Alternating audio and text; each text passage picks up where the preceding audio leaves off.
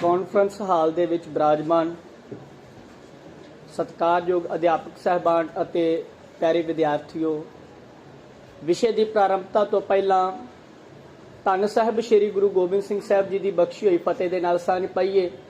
सारे प्यार ते सत्कार दे नाल बुलावो जी। वाहिगुरू जी का खालसा, वाहिगुरू जी की फतेह। मेरे अज बोलन का विषय है शब्द गुरु। दुनिया के धर्मां के इतिहास दे विच जदों असीं सिख धर्म नूं रख के देखते हैं तो सिख धर्म का एक न्यारापन ते विलक्षणता जिहड़ी उभर के सामने आउंदी है, वो है साडे शब्द गुरु का सिद्धांत। क्योंकि दुनिया भर के धार्मिक इतिहास दे विच किसी भी धर्म ग्रंथ नूं, धार्मिक ग्रंथ नूं गुरु का रुतबा जां गुरु का एक महान मान प्राप्त नहीं होया। सारे ही धर्मां दे विच धर्म ग्रंथां नूं सत्कार दिता जांदा है, महानता दिती जांदी है और सिरमौर मन्निया जांदा है। पर धर्म ग्रंथ नूं गुरु का रुतबा, गुरु की वडियाई किसी भी धर्म के धार्मिक ग्रंथ नूं प्राप्त नहीं, सिवाए सिख धर्म दे विच। श्री गुरु नानक देव जी महाराज जी तो ही शब्द गुरु सिद्धांत प्रारंभ हो गया।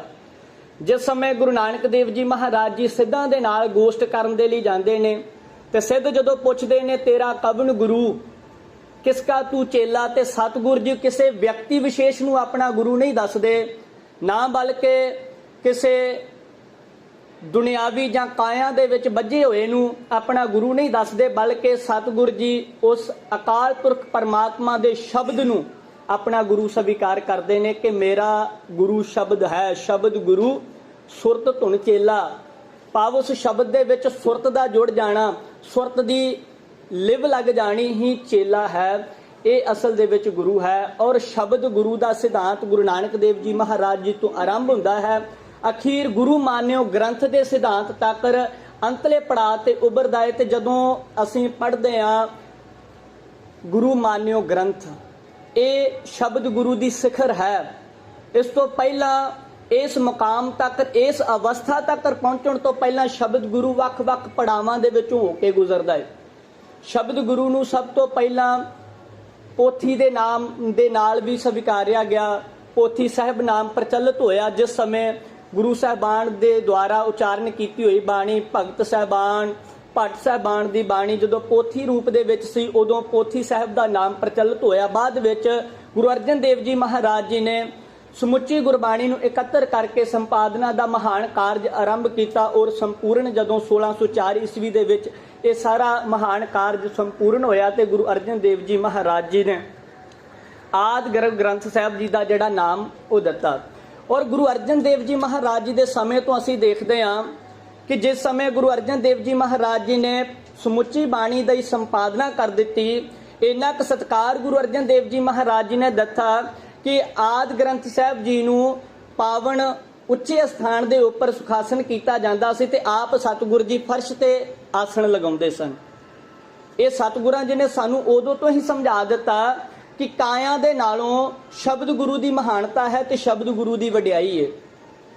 और शब्द गुरु कोई मानवी कृत नहीं है, ये किसी मनुख द्वारा, किसी विशेष व्यक्ति द्वारा घड़ी गई कोई मानवी कृत नहीं है, बल्कि ये अकाल पुरख परमात्मा दे धुर दरगाह तो आई हुई खसम की बाणी है, जिसनों सतगुरां जी ने पावन गुरबाणी दे विचों वाहो वाहो बाणी निरंकार है, निरंकार दे नाल तुलना दिती है। बाणी नूं किसी मनुख ने नहीं घड़िया जां किसी कह लवो शब्द की घाट किसी मनुखी बौद्धिकता के तल तो होई है, नहीं, ये अनुभव का विषय है। ते शब्द का जदों असीं शाब्दिक अर्थ देखते हैं, व्याकरण के रूप दे विच शब्द का शाब्दिक अर्थ है धुनी, आवाज़, पर व्याकरण के अर्थां दे विच एक सीमाबद्ध है जिहड़ी शब्द नूं एक सीमित दायरे दे विच बन दिंदी है। पर धर्म चिंतन के धरातल ते जदों असीं शब्द नूं व्याख्या करते हैं जां शब्द नूं विचारते हैं तो वो व्याकरण द्वारा जां कोशगत अर्थां तो बड़ा दूर चलिया जाता है, बड़ा गहर गंभीरता वाला शब्द का अर्थ हो जाता है, जिहड़ा बौद्धिकता के विषय तो हट के अध्यात्मिक ते अनुभव का विषय हो निबड़दा है। तो सतगुरां जी ने सानू शब्द दे नाल जोड़िया, क्योंकि काया दे नाल जुड़िया होया मनुख हमेशा खुआर हुंदा है, क्योंकि काया बिनसनार है। काया दे नाल सतगुरां जी ने सानू कदे भी नहीं जोड़िया। गुरु साहबान गुरु नानक देव जी महाराज जी तो लैके गुरु गोबिंद सिंह महाराज जी तक ਜੇਕਰ ਸਾਨੂੰ ਜੋੜਿਆ ਤੇ ਜੋਤ ਰੂਪ ਦੇ ਵਿੱਚ ਜੋੜਿਆ ਹੈ। ਜਦੋਂ ਅਸੀਂ ਭਾਈ ਸੱਤਾ ਜੀ ਭਾਈ ਬਲਵੰਡ ਜੀ ਦੀ ਪਾਵਨ ਵਾਰ ਪੜ੍ਹਦੇ ਹਾਂ ਤਾਂ ਉਦੋਂ ਵੀ ਬਖਸ਼ਿਸ਼ ਕਰਦੇ ਨੇ, ਜੋਤ ਉਹਾ ਜੁਗਤ ਸਾਏ ਸਹਿਕਾਇਆ ਫਿਰ ਪਲਟੀ ਹੈ। ਉੱਥੇ ਗੱਲ ਜੋਤ ਦੀ ਏ। ਸਾਡੇ ਅੰਦਰ ਜੋਤ ਜੁਗਤ ਦਾ ਸਿਧਾਂਤ ਹੈ ਗੁਰਮਤ ਦੇ ਵਿੱਚ, ਨਾ ਕਿ ਕਾਇਆ ਦੀ ਗੱਲ। ਭਾਰਤੀ ਸੰਸਕ੍ਰਿਤੀ ਦੇ ਵਿੱਚ ਗੁਰੂ ਸ਼ਬਦ ਵਰਤਿਆ ਜਾਂਦਾ ਸੀ ਕਿਸੇ ਵਿਅਕਤੀ ਵਿਸ਼ੇਸ਼ ਦੇ ਲਈ ਜਿਹੜਾ ਸਾਨੂੰ ਸਿੱਖਿਆ ਦਿੰਦਾ ਹੈ। ਸਿੱਖਿਆ ਦੇਣ ਵਾਲੇ ਨੂੰ ਗੁਰੂ ਸ਼ਬਦ ਦੇ ਨਾਲ ਸਨਮਾਨਿਆ ਜਾਂਦਾ ਸੀ, ਸਤਿਕਾਰ ਦਿੱਤਾ ਜਾਂਦਾ ਸੀ।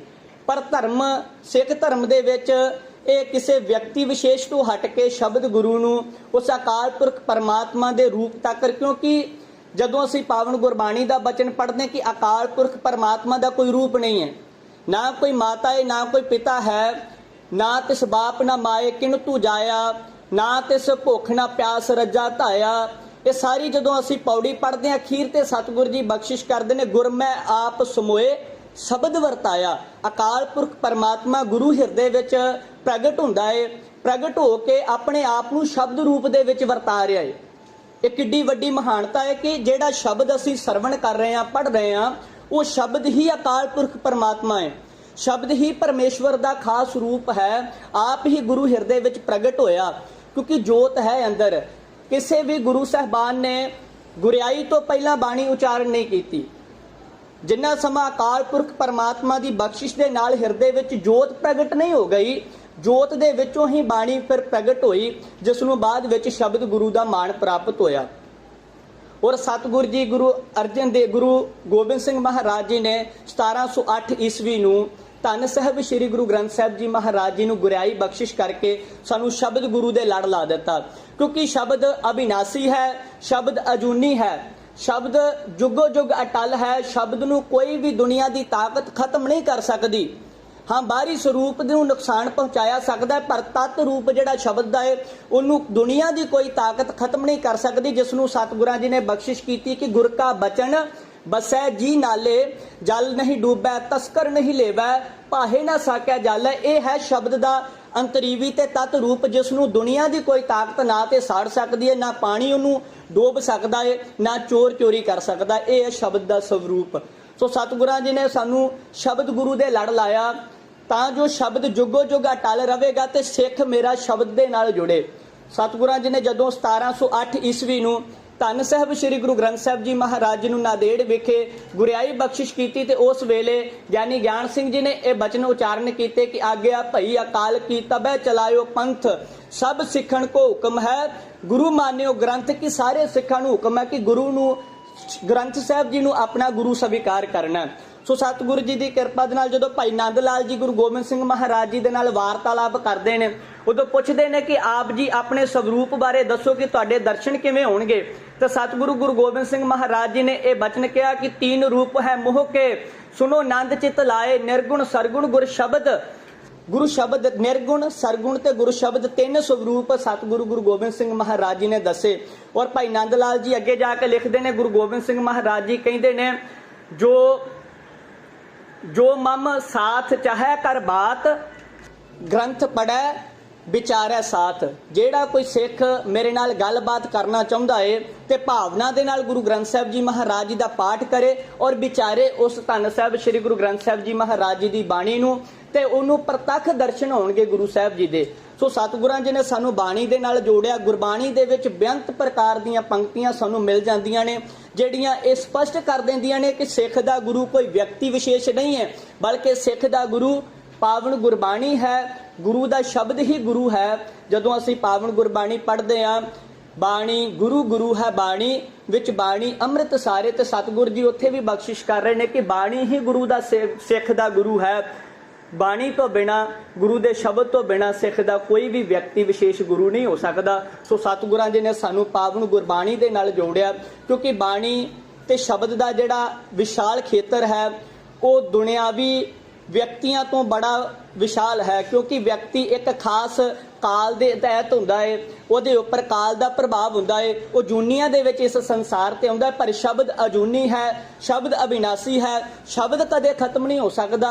ਇਸੇ ਲਈ ਸਤਿਗੁਰਾਂ ਜੀ ਨੇ ਸਾਨੂੰ ਸ਼ਬਦ ਦੇ ਨਾਲ ਜੋੜ ਦਿੱਤਾ, ਸਾਨੂੰ ਅਕਾਲ ਪੁਰਖ ਪਰਮਾਤਮਾ ਦੇ ਇਲਾਹੀ ਸ਼ਬਦ ਦੇ ਨਾਲ, ਜਿਸ ਨੂੰ ਪਾਵਨ ਗੁਰਬਾਣੀ ਦੇ ਵਿੱਚ ਧੁਰ ਕੀ ਬਾਣੀ ਆਈ ਤਿਨ ਸਗਲੀ ਚਿੰਤ ਮਿਟਾਈ, ਜਾਂ ਜੈਸੀ ਮੈਂ ਆਵੈ ਖਸਮ ਕੀ ਬਾਣੀ ਤੈਸਰਾ ਕਰੀ ਗਿਆਨ ਵੇ ਲਾਲੋ। ਸੋ ਸਤਿਗੁਰਾਂ ਜੀ ਨੇ ਸਾਨੂੰ ਪਾਵਨ ਇਲਾਹੀ ਸ਼ਬਦ ਦੇ ਨਾਲ ਜੋੜਿਆ ਹੈ। ਸ਼ਬਦ ਗੁਰੂ ਦੇ ਵਿਸ਼ੇ ਦੇ ਉੱਪਰ ਵਿਚਾਰਾਂ ਕਰਦਿਆਂ ਬੇਅੰਤ ਪ੍ਰਕਾਰ ਦੀਆਂ ਗਲਤੀਆਂ ਭੁੱਲਾਂ ਹੋ ਜਾਣੀਆਂ ਸੁਭਾਵਿਕ ਹਨ। ਹੋਈਆਂ ਗਲਤੀਆਂ ਦੀ ਖਿਮਾ ਬਖਸ਼ਿਸ਼ ਕਰਨੀ। ਬਖਸ਼ੋ ਅਸੀਸ ਗੱਜ ਕੇ ਬੁਲਾਵੋ ਜੀ। ਵਾਹਿਗੁਰੂ ਜੀ ਕਾ ਖਾਲਸਾ, ਵਾਹਿਗੁਰੂ ਜੀ ਕੀ ਫਤਿਹ।